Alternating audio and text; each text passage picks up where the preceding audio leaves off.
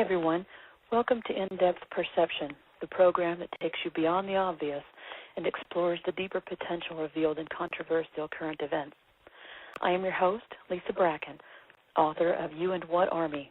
How to Neutralize Conflict and Negotiate Justice for the Totally Outgunned, Inwardly Timid, Burnt Out, or Socially Defunct, a field manual for achieving grassroots social justice. Barring any unforeseen technical difficulties, we'll be together tonight for the next half hour. During that time, I'll be discussing the importance of grassroots activism with a longtime activist, Joan Seeman, and why grassroots efforts are so important during this time of national crisis. You are invited to call into the show and participate in tonight's discussion. The call-in number is 646-378-1414. All callers are responsible for their own commentary, which does not necessarily reflect the views of the host or this broadcast sponsor, Blog Talk Radio. Thank you, everyone, for joining us. Let's open with our lead-in segment called Telling Convergence. In this segment, I consider recent news-making events for the greater truth they reveal simply through their coincident occurrence. Tonight's segment is titled, The Power of Reality, the Power of One. Over the past 2 weeks, it was reported that Russian cosmonauts emerged from an isolation module the size of a bus, in which they spent a year and a half together, sequestered from the rest of the world on a simulated return voyage from Mars.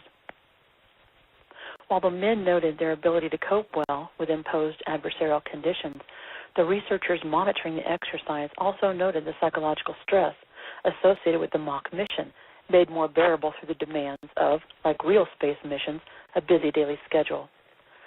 Researchers noted that stress associated with a simulation mission is generally worse than that of a real mission, given the absence of euphoric moments of discovery and achievement. I have to wonder, though, how much stress might have been associated from moments realizing that 14 months in and everything you're engaged in is essentially pointless. The sacrifice, the attention to detail, the genuine effort towards success, all to serve, well, nothing. Of course, the mission served in an abstract way, the study of certain conditional aspects of what might be reality. But for real, every ounce of energy the men put into their daily affairs served only one very real purpose: to survive first forced capsule incarceration and emerge alive in 520 days. I bet that felt pretty real when one guy decided he wanted the only window seat the whole time. Simulations offer an extraordinary opportunity to test responses to anticipated conditions. But what happens when conditions occur outside the scope of anticipation? Also in the past 2 weeks, a jet aircraft had to make a forced landing when the co-pilot radioed to authorities that the pilot had, quote, disappeared into the back, unquote, of the plane, and he was now receiving directives from someone with a thick foreign accent attempting to access the cockpit. Can you imagine what the co-pilot must have been thinking? He had no idea, of course, that the pilot had simply gotten stuck in the bathroom, and the person with the accent was merely trying to inform the co-pilot of the situation. Every scrap of simulation training told that co-pilot to be on his toes, and I bet he was seriously considering Plan B, which might have included a quick trip to the bathroom himself. Although the plane made an emergency landing on LaGuardia, everything settled down before the fighter jet scrambled. If you stop and think about it, we simulate a lot of things, and not just for training purposes. We engage in facsimile environments relative to everything from social interaction to competitive sports on television-based gaming stations. TV itself provides a portal into what looks real, but can be easily manipulated by production means and PR people. Good grief, even the stock market has simulated wealth and security. Traded speculation, kept it hovering, even on a 1,700-point loss, at 11,700. Today, even at a time when so much of the country is without jobs, home, and even hope for the future. We simulate health and mood through pharmaceuticals. We simulate food through genetic modification and additives. With so much emphasis on what we can design and pass off as real, I'm beginning to think maybe we have forgotten the value of reality altogether. Given these circumstances, it's not too surprising that our own federal Congress can no longer even recognize a vegetable. I don't think some of them would recognize a carrot if it jumped out of the ground and sliced itself into their salad. Just today, they ruled that pizza is now a vegetable. I know there are a lot of folks out there suffering identity crisis, men wanting to be women, vice versa. But I've never known a carrot who wanted to be a pizza or the other way around. Congress can't even recognize the limits of its own power and now thinks it can simply proclaim something as something it's not just because they say so. Congress says the bailout of the banks and a failure to prosecute was fine, so we're supposed to believe it's fine. Congress says the stock market indicates the economy and employment statistics are also fine, so we're supposed to believe so. Congress now says a pizza is really a carrot, and we're supposed to believe that. Congress says corporations are people, and we're supposed to believe that too.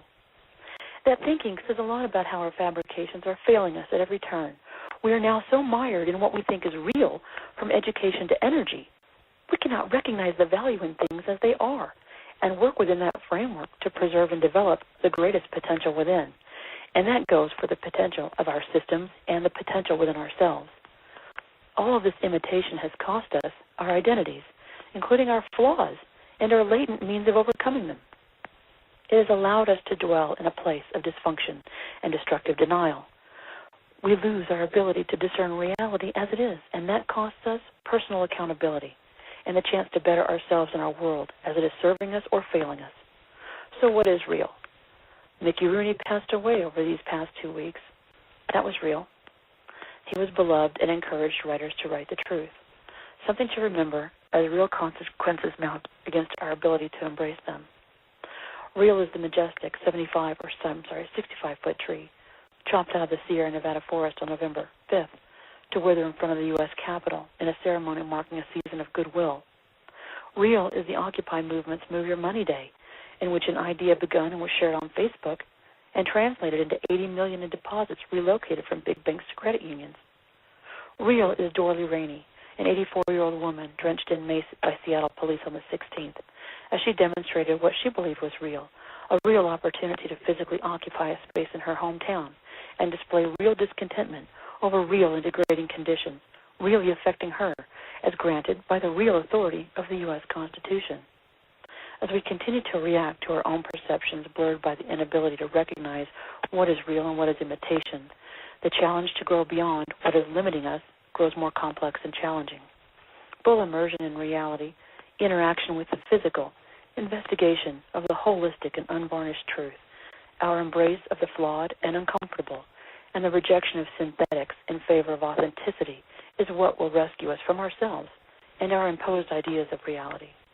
Until we do so, we are destined for a genuine collapse. And if we aren't prepared to accept reality as it is today, that eventuality is sure to impose an even greater sense of shock. That brings us to our next segment, where we discuss the nation's leadership crisis with Joan Seeman, a longtime grassroots activist and organizer from Colorado, who has helped lead efforts in that state toward genuinely clean energy. As such, she has helped educate citizens about risks of nuclear and related toxics. In this age of appearances passing as fact, I can think of no greater basis for reality than an individual recognizing and deciding to stand up for their values and organizing others similarly aligned in order to achieve a common goal.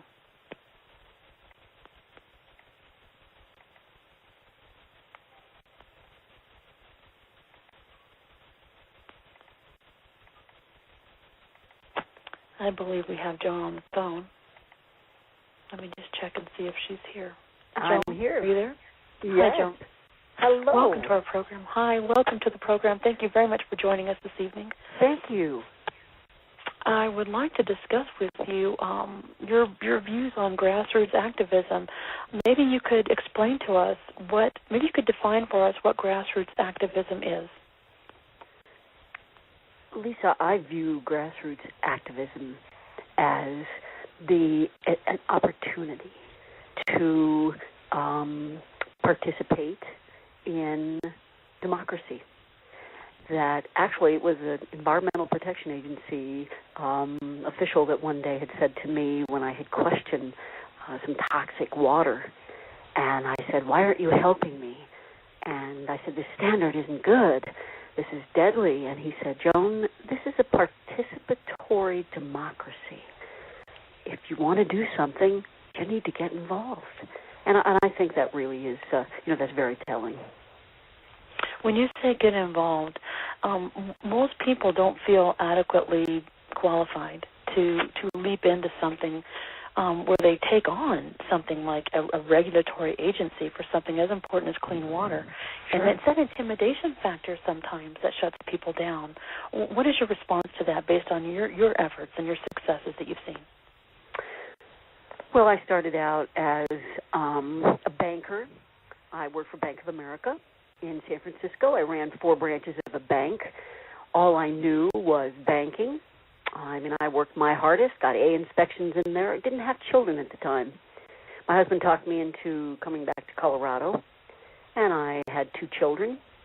And one day, I began to question, when you're only involved in fluorescent lights and making money and, trying to do the best job you can, you don't have a vision of what's going on the outside, like looking out the window and seeing the blue sky and the trees, and you just don't have that you don't have that opportunity. Well, I got the opportunity when I had 2 children, and I stayed home. And one day I was looking out my front window and noticed a spray truck going up my street, my kids outside, and I went, God, what's that spray truck doing out there? One day I looked out my back window and I saw an airplane flying in the backyard, and it was spraying something, and my kids were in the backyard. And, I really started to question, and maybe having those children made me question, well, wait a minute, is that going to impact my kids? And I learned about my front yard. That was malthion being sprayed for mosquitoes. I asked questions about, well, what's being sprayed in my backyard? Oh, that's 2,4-D to eliminate weeds. And then I had a lady knock on my door, and she was a welcome wagon lady. And she said, oh, God, you're worried about the weeds out back and you're worried about the mosquitoes out front. You ought to be worried about that nuclear weapons production facility that's just east of your house. She said, didn't you get that notice in your mortgage file called the Rocky Flats Advisory Notice? And I said, what? So I was a mother. Yeah, I'd been a banker, but I became somebody new with maybe preserving children, and I started questioning, and I guess I find out that's part of democracy. You can't just sit back and let somebody else do it, run it. You got to ask questions, and I guess having those kids, I began asking a lot of questions, and I realized I didn't need a PhD to ask those questions, and I didn't need a PhD to read, and that a lot of this information that started coming to me and that I learned wasn't rocket science. So I don't know if that helped you, but it wasn't rocket science, and we all can ask these questions. And there are some very basic and simple answers to a lot of this, and if you don't like it, just like the EPA person said, this is participatory democracy, and we can go in and we can make change. And so I just want to let you know, Lisa, that's what I did. When it came to malafine in the front yard, I went to Sierra Club and said, oh, how can we stop this? And they taught me how to become involved. I went to city council with some scientists. We stopped it. The 2,4-D in my backyard, I called that farmer out there and said, I think you were spraying my kids out there. What's 2,4-D? What are you doing? And then when it came to Rocky Flats, I asked a lot of questions and helped form a group called Citizens Against Rocky Flats Contamination, and many groups surfaced around Rocky Flats. And Rocky Flats is no longer there. We went for the big hunter. We said we need it shut down, and, of course, everybody jumps on you. If you ask for everything, you're going to get nothing, they say. Well, we asked for everything, Lisa. We said shut it down. And we started just reading, and it's so amazing that when you read the government's own information, it's amazing how many scientists are teaching you about what can and what should happen. Do you know what I'm saying? So I do. So you're saying you essentially started like so many other people. You're just an average person living your life, and you took notice. That was the first thing you did, was you noticed. And then you began to wonder about the impacts that others' choices have on your life, the lives of your children. You began asking questions, educating yourself, networking with others, sharing that education, and participating in the democratic process. Yes? That's exactly it. And that was successful for you. How did that process work out in the end? What did it lead to? You mean as far as my personal perception, or Yes, it sounds like it was successful, and you were able to, reach out and build a coalition. Where did it go from there? How did I become involved after that in activism, or with that newfound title instead of bank manager or mother? The newspaper, they'll quote citizens occasionally, and they term me activist. And I have to tell you, Lisa, I cried. I went, oh my gosh, what do you mean? I'm an activist? And I was really hurt at that time and thought, oh my gosh, wait a minute, isn't democracy just citizens and citizen action? And why would somebody claim me as an activist? That became a negative connotation to me.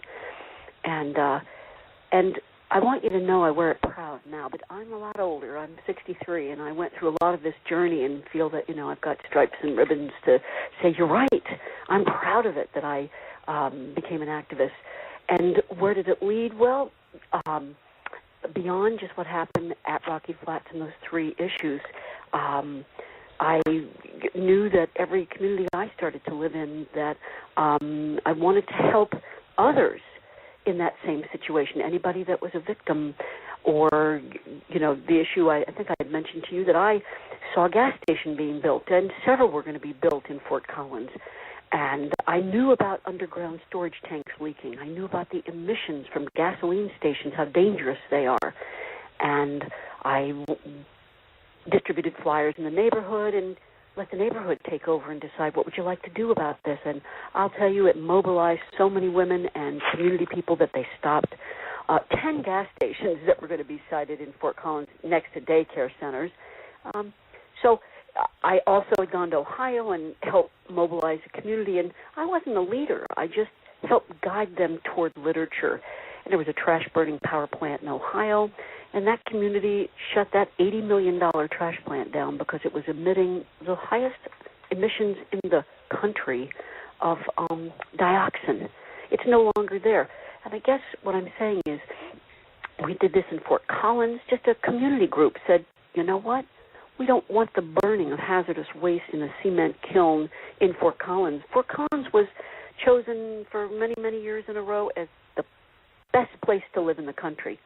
Well, I'll tell you, if they burned that hazardous waste in that cement kiln, the community knew it wouldn't be the number one city in the country to move to. So the community mobilized. They knew the rules were there. The EPA had said it's okay to burn hazardous waste in a cement kiln. And the Colorado Department of Health said, oh, we've got the rules, it's okay. And when you go to look at that literature, there's a risk, Lisa. There's always a risk, and that's the new game in town, is that risk assessments are now being performed. And those risk assessments are legal tools. And those risk assessments will say, give you an example, arsenic in the drinking water. The standard was 1 person in 100 can die of cancer for the standard that the government sets. And you wonder, now wait a minute here. If I put 100 people out front of my house, and I have a gun, and I'm like the EPA, and I said 1 person can die in 100 for arsenic in my drinking water. And you imagine that in the 80s, I don't know if you know this, the standard used to be 1 in a million people. 1 person in a million for the standard they set would be expendable for a standard they set for your drinking water, as an example.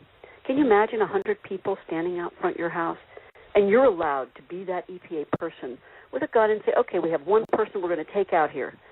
What impact is that? How do these people live with themselves?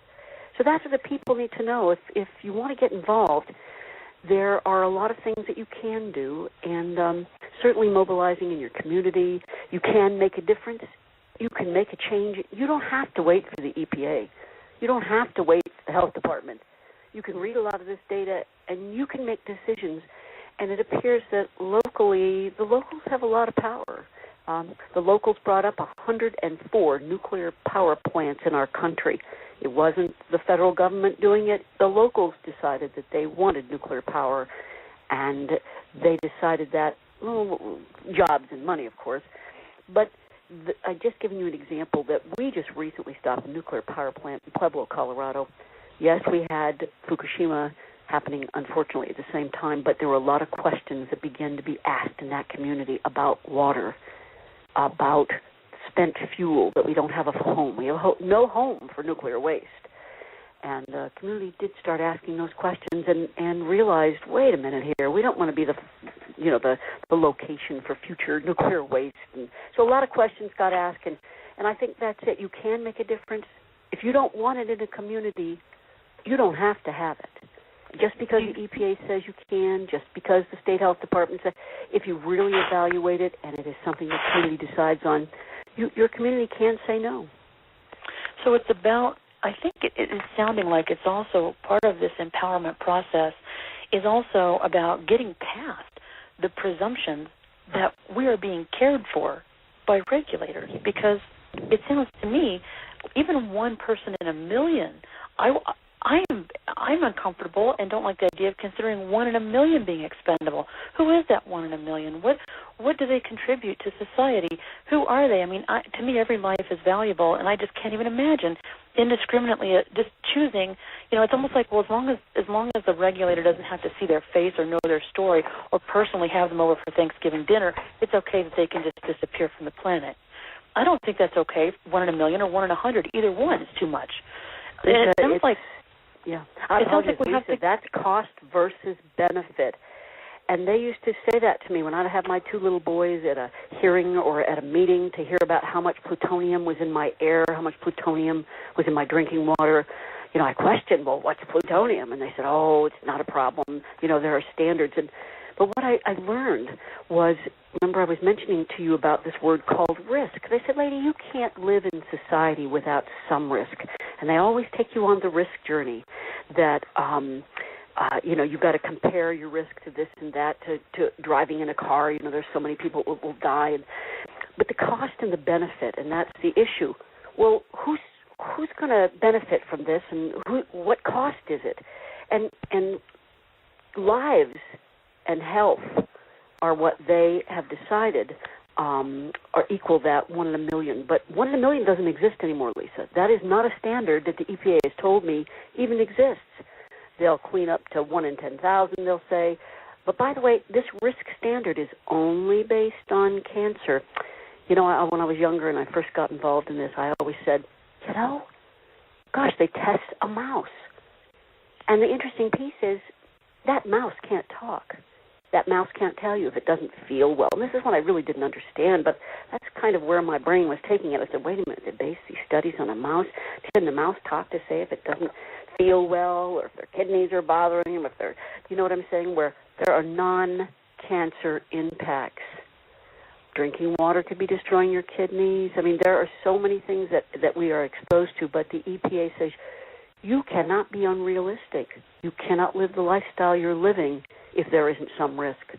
But I say that the Bill of Rights say that, we have a right to clean air. We have a right to clean water. If the public really started asking questions about this clean air and clean water and, safe food, et cetera, they'd be shocked. And most of our general public does not know this is going on. Well, and I think, too, it comes down to personal choice. Those who choose to get in a car assume a certain amount of risk to themselves. But when you're simply trying to survive and drink a glass of water to stay alive, those risks are being assumed on your behalf and passed on to you with or without your choice, with or without your knowledge. There you go. What do you think? Obviously, you have built on your education going forward and used that to empower others and learned more about the participatory process, which I think is a great phrase, participatory process in our own government. People think it's a democracy, but really it's representative, and we elect representatives to speak for us. That implies a certain investment of our own in making sure that they do speak for us. And I think more and more people are becoming disenchanted with the voice that is coming out of D.C. and even, local state governments and local community governments. It seems like people are having a more and more difficult time representing themselves and their interests, just simple interests of clean air, clean water, healthy neighborhoods, safe neighborhoods, good family values, that type of thing. Everything is being compromised left and right. What do you feel in your background gave you maybe a leg up on getting a jump start on making a difference at a local level? Well, unfortunately, it was becoming a victim. And when people realize that they're being compromised, give the example of the oil and gas. People have watched Gasland or watched Split Estate. You're going to see a drill rig sitting up right next to your kitchen window, the diesel emissions going on all day, the flares that are going on, the fumes where you can't breathe. This is a disaster. This is a prime example of takeover. I mean, it is so far removed from protection or the public's health or the safety or being at risk, and those people are victims. And a lot of times, you really don't mobilize or really question until it is in your backyard. I think I mentioned that I don't have that issue in my backyard now, but unfortunately it is my backyard because I witnessed 2 documentaries that put it back on my plate. And we all have a responsibility to take a look at that. And when you see victims, for God's sakes, like in Colorado and Pennsylvania, actually it's 34 states that have oil and gas that are destroying the land and the water and the surface water. And this is probably the greatest problem I've ever seen. It's one of the most serious issues that I've ever been confronted with, and I believe that I have a risk. But it's teaching me something that I hope we can really begin to realize, that people are screaming right now, get rid of the EPA. We don't need those regulations. Jobs before environment, jobs before health. If you want a job, you're going to have to shut your mouth and pay the price. And what's going on here? The corporations have already embedded themselves in the rules and regulations. I mean, I knew it was happening, but it's getting worse and worse, where the risk level's going up. Like I said, arsenic is okay at 1 person in 100 dying because these little small water treatment systems in Podunk, town in our country can't afford it. Yeah, and so that's it. So now we're saying, wait a minute, who's running the show here? Are the corporations really coming out and showing their face? And this is, as I said, with oil and gas, it's really apparent because we've had rules and regs, and now we have an industry that doesn't even have any rules and regs. This oil and gas industry doesn't have the Clean Air Act, Clean Water Act, Safe Drinking Water Act, Emergency Right to Know, all of them. And I'm going, oh, my gosh, what really is happening here? What do you think? I'm sorry, Joan. We're running really short on time. I'm going to give you I would like to get one more question into you for folks who are listening, who want to make a difference, who, like you, share that dramatic concern for how degraded conditions have become. But sometimes it's easy to get off course and lose focus and lose momentum. In the next 30 seconds, can you tell me, please, what's the top thing that people should keep in mind in order to keep them grounded in reality and more effectively reach their goal under these kinds of conditions? And it can be more than one. And, Lisa, are you saying that when you look around your home, I mean, there are certain things that you really need to question, and maybe go back to a child's perspective or a mother's perspective.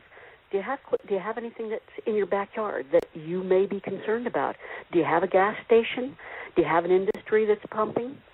That you can make a difference and you can change it. If you don't want it and you believe that it's harmful to you, question it. There are a lot of things out there to question now, and you can make a change. And I believe so strongly now in democracy, and actually I'd like to now take democracy class, which a lot of folks are taking here in Colorado.